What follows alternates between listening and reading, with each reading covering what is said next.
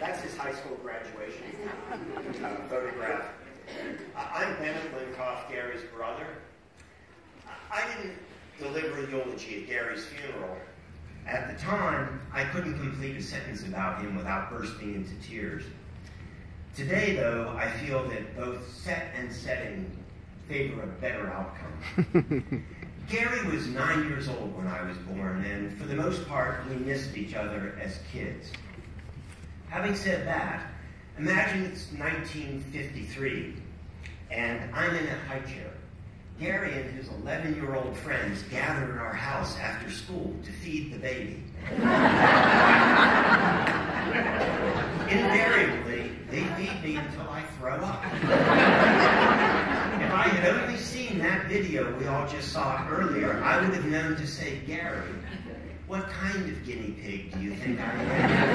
How many times do I have to throw up? Please.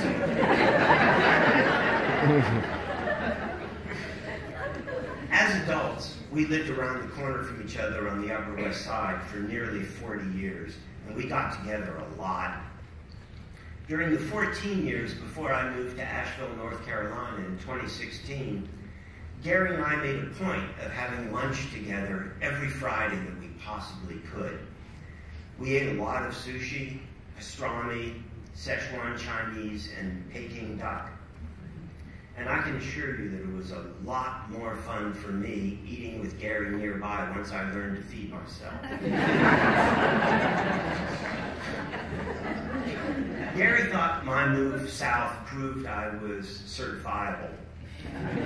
For his part, he would never have willingly moved further than walking distance from his beloved Central Park.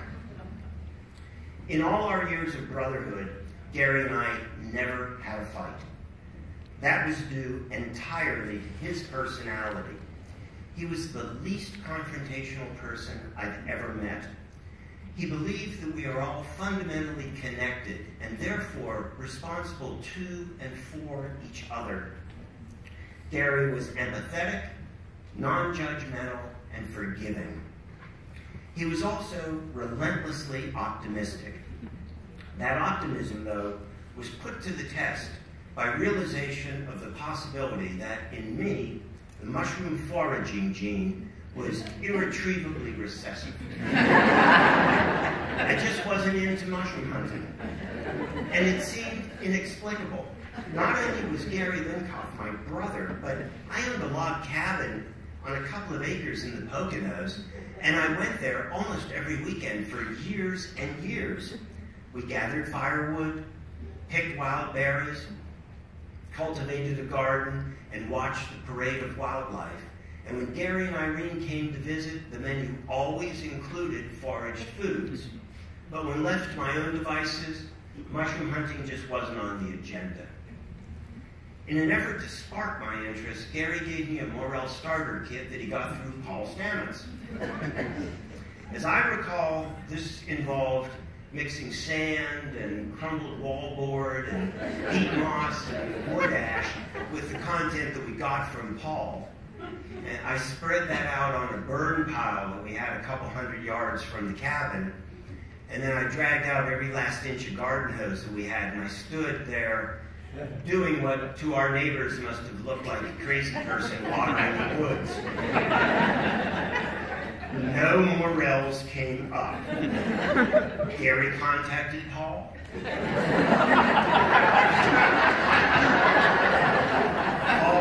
Paul counseled patience. But trust me, no morels came up. Gary searched for them himself.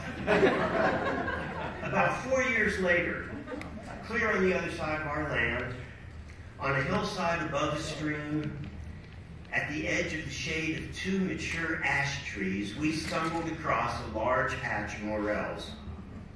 I called Gary right away and told him what we'd found. He said we should bring those mushrooms over to his place so that he could confirm what they were. This was no subterfuge.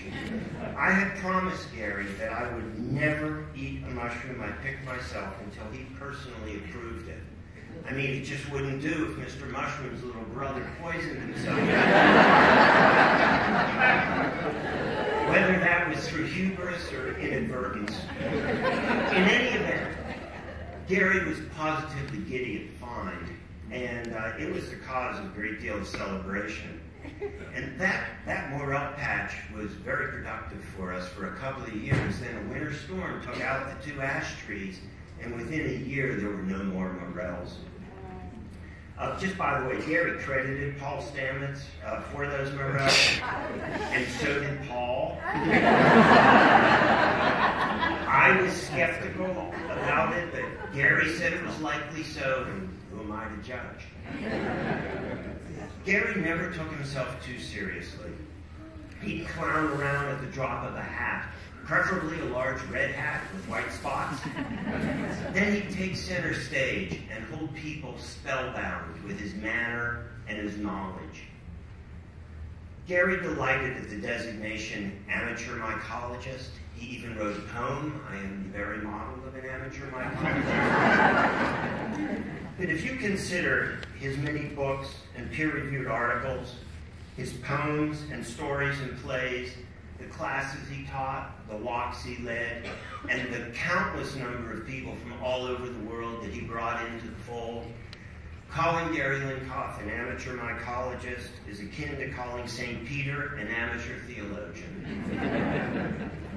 On the night of the day that Gary died, while I was walking along West 87th Street, returning to the friend's apartment where I was staying, I saw a book on the ground by a garbage can. A found thing not unlike a mushroom. I swear to you, it was this copy of Walden. The very book, Gary said, set him on his course in life. I invite you to make of that whatever your personal belief system allows. So let me conclude with lessons we could all learn from the example of my brother's life. Read more books, obviously. Live intentionally. Be as kind to yourself as you can, then be kinder still to everyone else. Avoid self-created demons, and at all costs resist demonizing others. Live unshackled from the love of possessions. Live in wonder. Live so as to have the fewest possible reasons for regret. Thank you.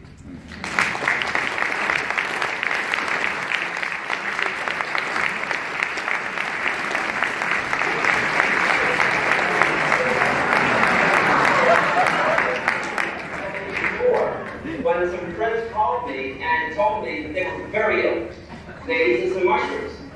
And I had asked, this was at 7 o'clock in the morning, and they had eaten the mushrooms the night before, and about 12 hours had gone by, and they'd suddenly become violently ill. And that previous month, I had been to a NAMA foray, the North American Mycological Association, which holds an annual foray in different places each year. It was here 2 years ago. And in 1974, it was in North Carolina. And at that foray, Sam Mitchell was the chairman of the NAMA's Toxicology Committee, and there was a big panel discussion on mushroom poisoning. And they were talking about these things, and I must have been listening. I attend lots of lectures and things, and I sometimes listen with one ear, but I was hearing something. And when these people called me a month later and said that they had been seriously sick from this mushroom, and they told me it was a honey mushroom, but this amount of time had gone by, and they didn't know what was happening to them, and they were very, very worried. I looked in the book, the few books I had, and at that time there weren't very many books. My books were not yet. And I checked some books, and of course no one said anything about honey mushroom being seriously poisonous. So, not knowing quite what to do, we decided we had to find the mushroom. And so we strapped Ralph into a car and drove him out to the site where he had picked the mushroom. He was quite ill the whole way out, and passed out on the way there, and he revived. We sent him into the woods to find the mushroom. And then we didn't hear from him for quite a while. And we finally found him sitting down in the woods, very ill. And we were still not taking this quite seriously enough because it was about 12:30, and we decided that one of us would stay with him and the rest would go to lunch.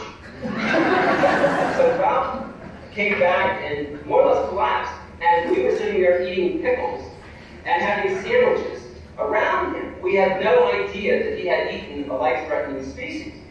Later in the day, he was able to revive again, and he went back into the woods, and he came out with he was very excited when he found the mushrooms. He said, I found the log, and then it fell over. And we went down there and found the log, and it was a log of beautiful little brown mushrooms. And we said, wow. We said, stop it, these are not honey mushrooms. And he said, I thought they were.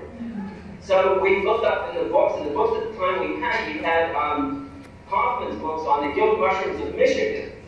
And we looked it up, and it looked like it was something called Foliota marginatum. And the book said edible.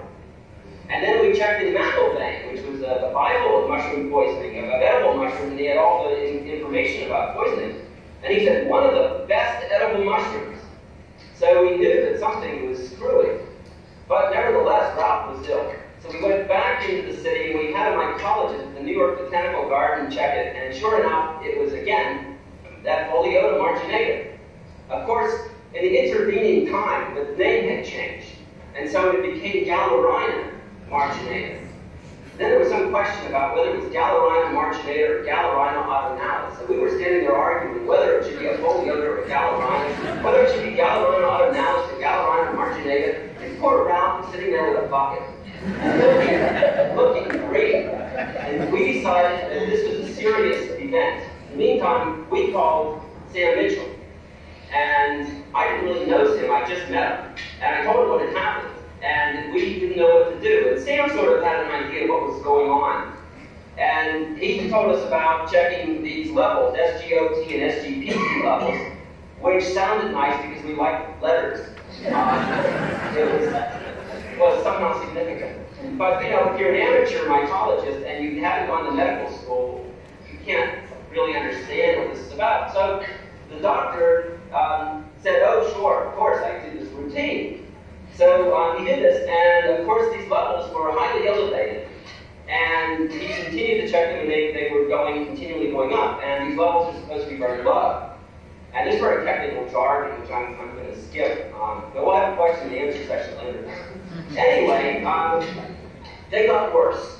And then they got better. They stopped throwing up. And they only had one bathroom. In New York, you have a small apartment, and you generally can only afford one bathroom. Well, there were 2 sick people. So we found that we couldn't keep them in their apartment, and they should be hospitalized. Now, Bellevue Hospital is a large hospital, and with many facilities for young people. So they were admitted, finally, to Bellevue Hospital.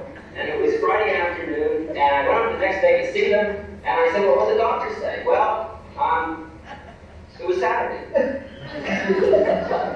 The doctor would be back on Monday. Well, after talking to Sam,